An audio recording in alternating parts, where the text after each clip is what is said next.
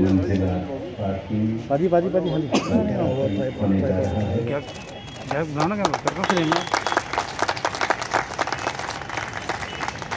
Sir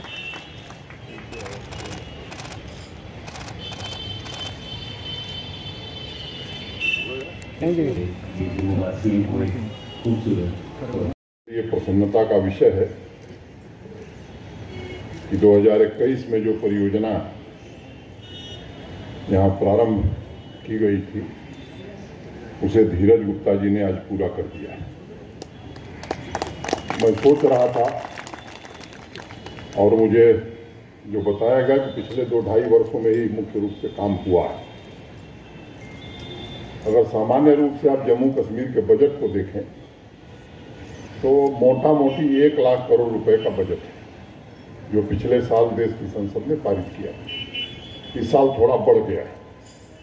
उसके पहले 90,000 करोड़ रुपए। जब दूसरे राज्यों को हम देखते हैं और उनसे तुलना करते हैं, मैं इसलिए कहना चाहता हूं, बड़े जिम्मेदार लोग हैं, वो इस बात को आसानी से, मुझे लगता है 1 करोड़ रुपए, आबादी 12 करोड़, और ये कोई 2-3 साल में नहीं हुआ। ये आज़ादी के बाद से ही अगर बाकी राज्यों की तुलना में जम्मू कश्मीर के बजट को देखेंगे तो 5 गुना 6 गुना बजट यहाँ मिलता रहा। अगर सरकारी कर्मचारियों को, गवर्नमेंट एम्प्लॉइज को हम देखें तो बिहार में 3.5 लाख, जम्मू कश्मीर में लगभग 5 लाख। अगर दूसरी तरफ निगाह ले जाते हैं तो रोज धरना कि हम 3,000 पर हैं, कई साल से हैं, लिख के दिया गया कि 7 साल बाद अस्थायी कर दिए जाएंगे। हम गरीब हैं, हम पढ़े लिखे हैं। मुझे लगता है कि अब वो समय आ गया है कि देश के बाकी राज्य जिस तरह से गुड गवर्नेंस के आधार पर चलते हैं, उस आधार पर जम्मू कश्मीर को भी चलना चाहिए। सामान्य रूप से आप देखें देश के दूसरे राज्यों में, मैं उत्तर प्रदेश, बिहार, मध्य प्रदेश या नॉर्थ ईस्ट के प्रदेशों की अगर बात करूं तो ये कोई गुजरात, महाराष्ट्र, कर्नाटक की तरह विकसित राज्य नहीं थे, ये भी पिछड़े हुए राज्य थे। लेकिन मैं भी गांव से आता हूं, अब वहां गांव को सड़क से जोड़ना ये समस्या नहीं रह गई। पिछले 6 वर्षों में, खासतौर से 2000 में जब श्रद्धेय वाजपेयी जी देश के प्रधानमंत्री बने और प्रधानमंत्री ग्राम सड़क योजना शुरू हुई, तो मोटे तौर पर पहला जो मानक था 1000 की आबादी के ऊपर के गांव, फिर 500 की आबादी के ऊपर के गांव, फिर 250 की आबादी के ऊपर के गांव, ये गांव सड़क से जुड़ गए। सामान्य रूप से यूपी, बिहार जैसे राज्यों में भी गांव में 20 घंटे 22 घंटे बिजली रह रही।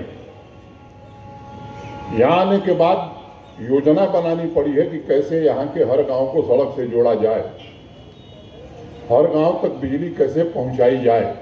मुझे लगता है कि मैं इसलिए कह रहा हूं कि जरा मीडिया के भी साथी हैं, रोज अच्छी अच्छी खबरें भी लिखते हैं और प्रबुद्ध लोग भी हैं जम्मू नगर के, इनको विचार करने की जरूरत है कि आखिर ये जो एक सभ्य समाज की न्यूनतम नागरिक आवश्यकता है, बजट इतना बड़ा होने के बावजूद भी हम प्राप्त नहीं कर सके। इसमें मैं किसी को दोष नहीं देता और मैं ये कहना चाहता हूं कि हमने इसकी कार्य योजना हम सबने बनाई है और खुलेआम, खुले तौर पर कहना चाहता हूं कि ये 3 वर्ष में अब कोई गांव नहीं होगा जहां सड़क नहीं होगी। बिजली भी 24/7 क्वालिटी पावर मिले, इसकी योजना हम सबने बनाई है। लेकिन हमारी दिक्कत क्या है? हमारी दिक्कत यह है कि अगर यहाँ पार्किंग बन भी जाए तो जम्मू के दूसरे हिस्से वाले लोग कहेंगे कि साहब यहाँ बन गया तो क्या वो हमारा क्या होगा। सब कुछ एक ही साथ चाहते हैं, ये मानव स्वभाव है। भगत सिंह पैदा होना चाहिए मेरे घर में, नहीं तो पड़ोसी के घर में, ये मानव स्वभाव, इसमें कोई। तो मैंने थोड़ा विषय से हट कर ये बात कही। मैं उन तमाम लोगों को जिन लोगों ने इस परियोजना को पूरा करने में अपना योगदान दिया है, मैं उनके प्रति हृदय से आभार व्यक्त करता हूं और उम्मीद करता हूं कि और भी जो परियोजनाएं हैं जिनका जिक्र अभी धीरज गुप्ता जी ने किया है, मैं थोड़ा बहुत जिक्र करूंगा, उसके विवरण में मैं नहीं जाना चाहता हूं, वो भी आगे समय से पूरा हों। अगर मोटे तौर पर जनसंख्या को आप देखें तो 32-33% लोग शहरों में रहते हैं, और जो अनुमान है कि आने वाले दिनों में 8-9 सालों में यह संख्या 41-42% होने वाली है। अगर सकल घरेलू उत्पाद को देखें तो उसमें नगरीय क्षेत्रों का, माने शहरों का 63% योगदान है, और एक आकलन है कि 9-10 साल बाद ये योगदान 75% होने वाला है। जब ऐसी परिस्थिति है तो फिर नगर कैसे होने चाहिए? मुझे लगता है कि ये केवल नगर विकास का विभाग या आवास का विकास का विभाग, जीडीए या म्युनिसिपल कॉरपोरेशन या मेयर, डिप्टी मेयर और कारपोरेटर, मुझे लगता है प्रधानमंत्री जी के नेतृत्व में देश भर में मनाने जा रही है। ऐसे स्थानों के संरक्षण के लिए भारत सरकार स्वयं काम कर रही है। जैसे आपको ध्यान होगा, अभी कलकत्ता जब प्रधानमंत्री जी गए थे, नेताजी सुभाष चंद्र बोस के नाम से जो स्मारक है जिस तरह से भारत सरकार ने बनाया, तो आज़ादी के 75वीं वर्षगांठ पर मुबारक मंडी और शेरगढ़ी जम्मू कश्मीर के भी ये 2 स्मारक ठीक से विकसित हों, इसकी योजना बनी है। अभी मुकम्मल बन जाएगी तो समय सीमा भी हम आपको बता देंगे कि कब तक ये काम, लेकिन ये ऐसा काम नहीं कि 6 महीने 1 साल में हो जाएगा। ये लंबे समय तक चलने वाला काम है। 6 महीने में कुछ काम होगा, कुछ 1 साल में होगा, कुछ 1.5 साल में होगा, कुछ 2 साल में होगा, लेकिन यहाँ उसके भी विशेषज्ञ बहुत, मुबारक मंडी के भी जानकार बहुत है। मुझे समझ में नहीं आता है, लेकिन यहाँ हर विषय के जानकार हैं। उसके लिए भी जो लोग आते हैं ऐसी आइडिया लेके आते हैं, मैं दंग रह जाता हूँ कब पढ़े थे ये। आर्कियोलॉजी के भी एक्सपर्ट हैं, हेरिटेज के भी एक्सपर्ट हैं।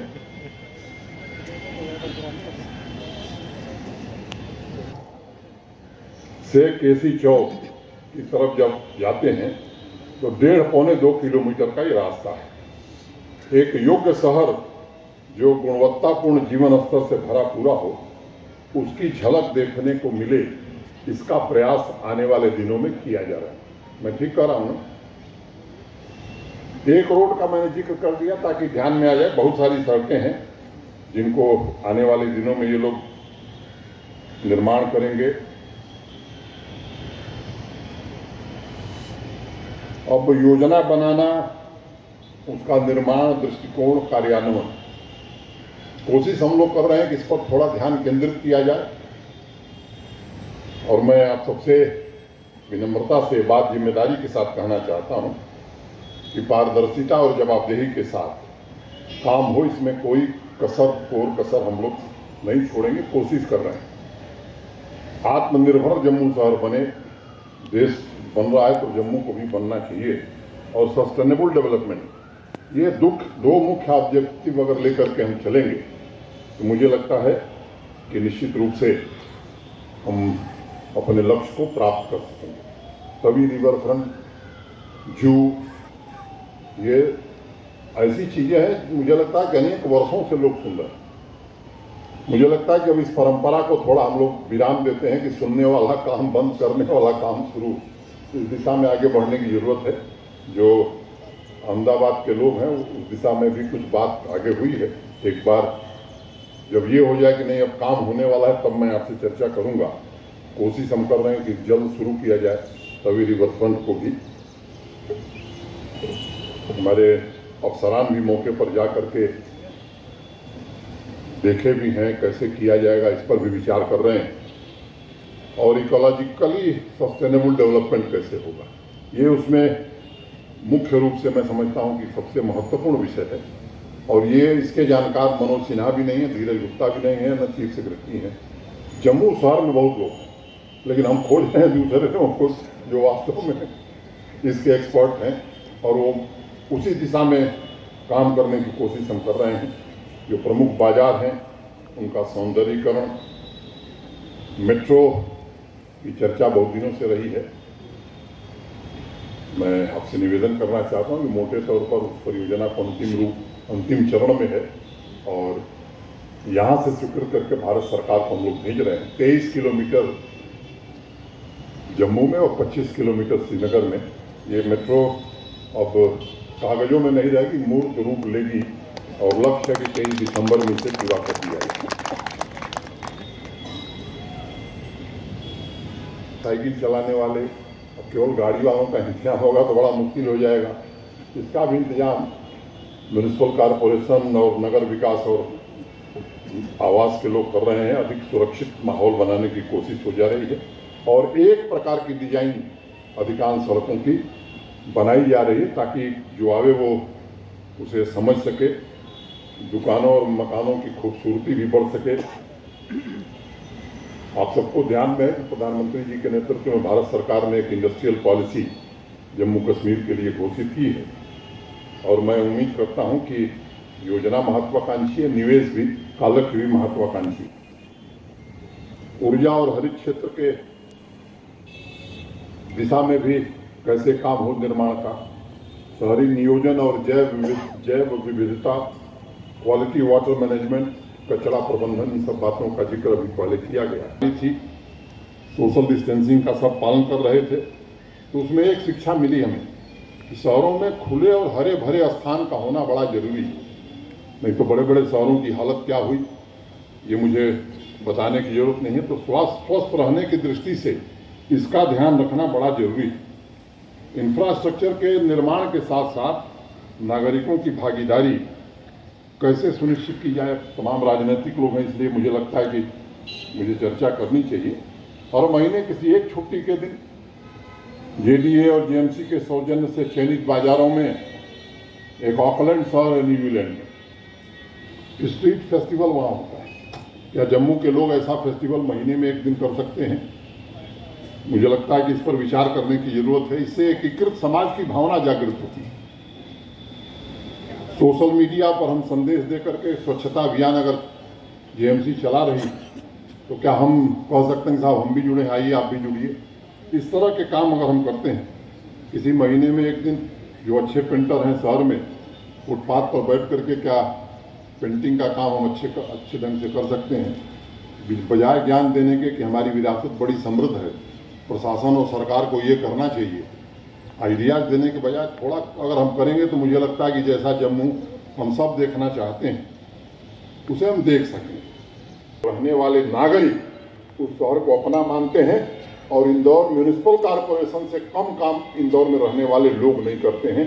जब वो अभियान शुरू हुआ था मुझे लगता है कि उस दिशा में हमें सोचने की जरूरत है। ये 213 करोड़ की लागत से बना है। कमर्शियल कॉम्प्लेक्स अभी शुरू नहीं हुआ है, जल्द ही इसे भी शुरू किया जाएगा और rain water harvesting, sewer treatment plant, इन सब बातों का भी ध्यान रखा गया है। जो लोग देश विदेश यहाँ घूमने वाले बहुत लोग हैं, हम लोगों को कम अवसर मिलता है। आपने गौर किया होगा कि हर शहर का एक स्लोगन होता है, कोई न कोई नारा। जैसे हमारे यहाँ कानपुर शहर, वहाँ मुख्य बाजार में दुकान भी चलती है तो दुकान पर एक नारा लिखा रहता है। एक वहाँ लड्डू वाला है, उसका नाम है ठग्गू के लड्डू, और नारा लिखा है कि ऐसा कोई सगा नहीं जिसको हमने ठगा नहीं। ऐसे ही अनेक शहरों के नारे हैं। जैसे जम्मू सिटी ऑफ टेम्पल्स, जैसे न्यूयॉर्क में लिखा है द सिटी दैट नेवर स्लीप्स। ऐसे ही अनेक शहरों में ये हमारी पहचान कैसे मिल सकती है, इसे हम कैसे जीवंत रख सकते हैं। और मुझसे अगर कोई पूछे कि जम्मू शहर के लिए क्या नारा होगा, तो मेरे हिसाब से द सिटी ऑफ ब्लिस, ये मैं नारा इसके लिए दूंगा। या मैं कहूँगा कि the eternal spiritual city on the earth. Kashi की तरह जम्मू भी मैं समझता हूँ उस भावना से जुड़ा हुआ शहर है। यह मेरी अपनी भावना है। मैं आप सभी का, जेडीए के लोगों का, नगर के प्रबुद्ध लोगों का हृदय से आभार व्यक्त करता हूँ। और अंत में दो पंक्तियों के साथ कि छूकर निकलती है जो हवाएं तेरे चेहरे को, छूकर निकलती हैं जो हवाएं तेरे चेहरे को, सारे शहर का मौसम गुलाबी हो जाता है। मैं उम्मीद करता हूँ कि आने वाले समय में बसंत ऋतु आई है, मौसम गुलाबी हो रहा है, तो हम भी गुलाबी हों, इस नगर को भी गुलाबी बनाने में अपना योगदान करें। इतना ही निवेदन करते हुए मैं आप सबके प्रति हृदय से कृतज्ञता ज्ञापित करते हुए अपनी बात यहीं पूरी करता हूँ।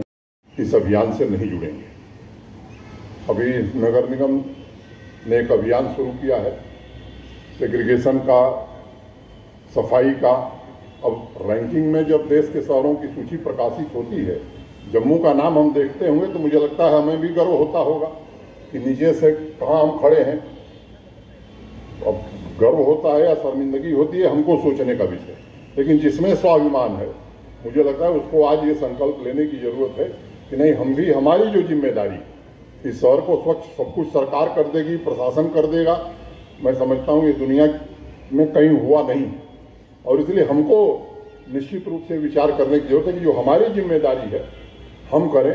केवल दूसरे पर दोष देना, साहब वो कमिश्नर नहीं कर रही है तो जीडीए के वाइस चेयरमैन नहीं कर रहे हैं तो सारे कर्मचारी ने कहा, ठीक है ये भी सुधरेंगे, लेकिन हम खुद सुधर करके अगर अपना काम करते हैं तो मुझे लगता है कि उनको भी निश्चित रूप से हम प्रेरणा देंगे कि भाई अब हम इस रास्ते पर हैं, आप भी सही रास्ते पर आइए। एक बड़ा सवाल उभरता है कि आबादी के साथ शहरों के भौतिक, सामाजिक और बुनियादी ढांचे के व्यापक विकास को कैसे आगे बढ़ाया जाए। सामान्य रूप से ज़्यादातर व्यवसायिक वर्ग के लोग शहरों में रहते हैं, नौकरी पेशा वाले लोग रहते हैं, उन्हें मूलभूत सुविधाएं कैसे उपलब्ध कराई जाए। अभी कहा गया कि मंदिरों का शहर है, मैं इससे थोड़ा, मेरी राय भिन्न है। ये मंदिरों का शहर था, देश के सम्माननीय प्रधानमंत्री जी ने इसे संस्थानों का शहर बना दिया है। देश का अकेला शहर है जहाँ एम्स भी है, सेंट्रल यूनिवर्सिटी भी है, आईआईटी भी है, आईआईएम भी है। हिंदुस्तान में कोई दूसरा शहर नहीं। आप दिल्ली, बंबई, बेंगलोर, कलकत्ता, किसी शहर में ले लीजिए, ये चारों संस्थान किसी एक शहर में नहीं है। अकेला सौभाग्य जम्मू के लोगों को प्राप्त है। इसलिए मैं मानता हूं कि यह नए जम्मू की दिशा में एक कदम है। डेवलपमेंट अथॉरिटी के लोग, हमारे म्यूनिसिपल कॉरपोरेशन के लोग, धीरज गुप्ता जी, हमारे श्रमिक, हमारे इंजीनियर्स, हमारे सभी साथी जिन्होंने मेहनत से इसे पूरा किया है, मुझे लगता है कि वीडियो प्रेजेंटेशन आप सबने देखा है, मैं उसके विवरण में न जाकर के उनके प्रति आभार व्यक्त करता हूँ। अब जम्मू कश्मीर कॉमर्शियल हब कैसे बने, मुझे लगता है कि इस प्रश्न पर हम सबको मिल करके विचार करने की जरूरत।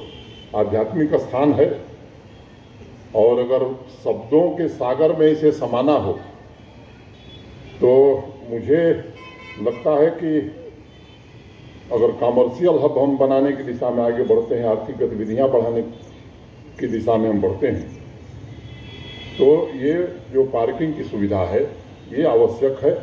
शहर पर जबरदस्त दबाव पड़ रहा था, आगे भी इस विकास को कैसे आगे बढ़ाया जाए।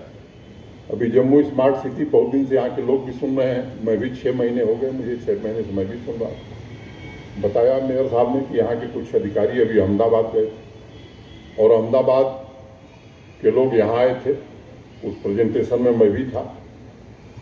और आपको जानकर आश्चर्य होगा कि उसमें अहमदाबाद म्यूनिसिपल कॉरपोरेशन में 8 आईएएस अधिकारी काम करें, 8, एक नहीं 8।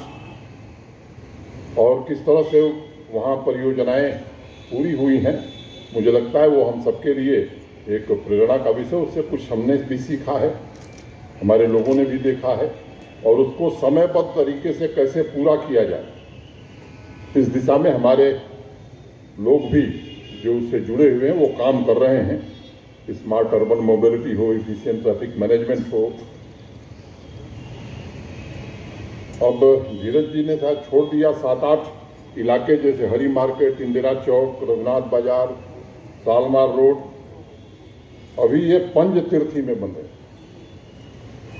और बताया गया कि अब अगले साल मार्च तक ये पूरी हो जाएंगी।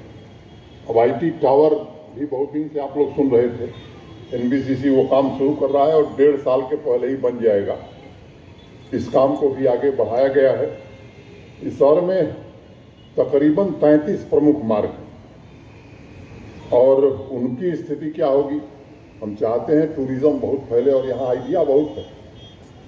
मैं आपको बताऊं, जो मुझसे मिलता है वो टूरिज्म का देश का सबसे बड़ा एक्सपर्ट होता है, चाहे वो परचून की दुकान करता हो, लेकिन आइडिया इतनी अच्छी है उसके पास जो आएगा वो पन्ने पर 5 इनोवेटिव आइडिया लेकर आता है। साहब अगर ये हो जाए तो टूरिज्म बढ़ जाएगा।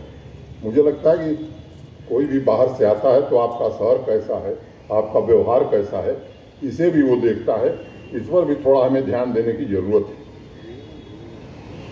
जम्मू के नए और पुराने शहर के सड़कों की लंबाई देखें तो ये मोटे तौर पर 20 किलोमीटर के आसपास है और इसके लिए प्रशासन ने 4 स्ट्रीट नेटवर्क तैयार किया है और उससे यहाँ आर्थिक व्यवस्था भी ठीक होगी और सामान्य नागरिक के जीवन में भी परिवर्तन आएगा।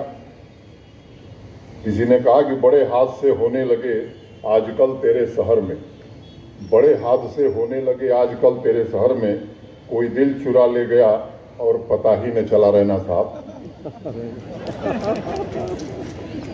कि आपका मन मोह लेगा और आपको खबर भी नहीं होगी, ऐसा लोग कहते हैं।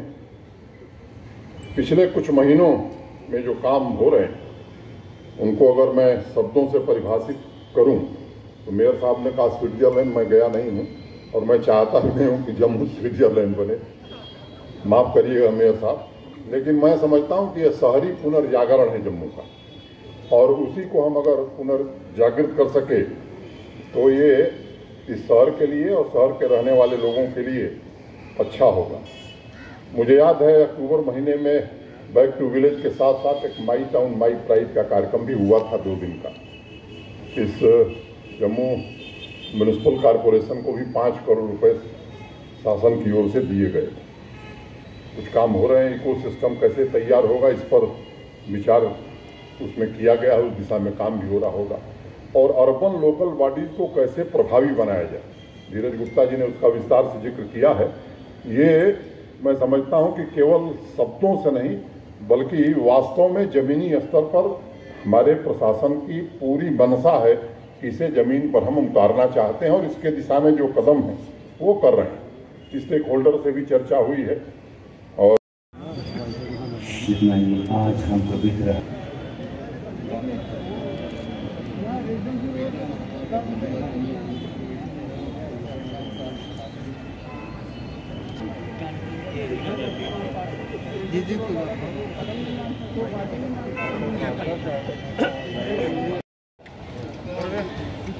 और अब स्मृति चिन्ह हम भेंट करेंगे। इसके लिए मेरा विनम्र अनुरोध है प्रिंसिपल श्री बबीला रकवाल जी से कि आप आएँ और स्मृति चिन्ह भेंट कर रहा है। ये हम सब का फर्ज बनता है, जिम्मेदारी बनती है कि अपना जम्मू शहर ऐसे साफ स्वच्छ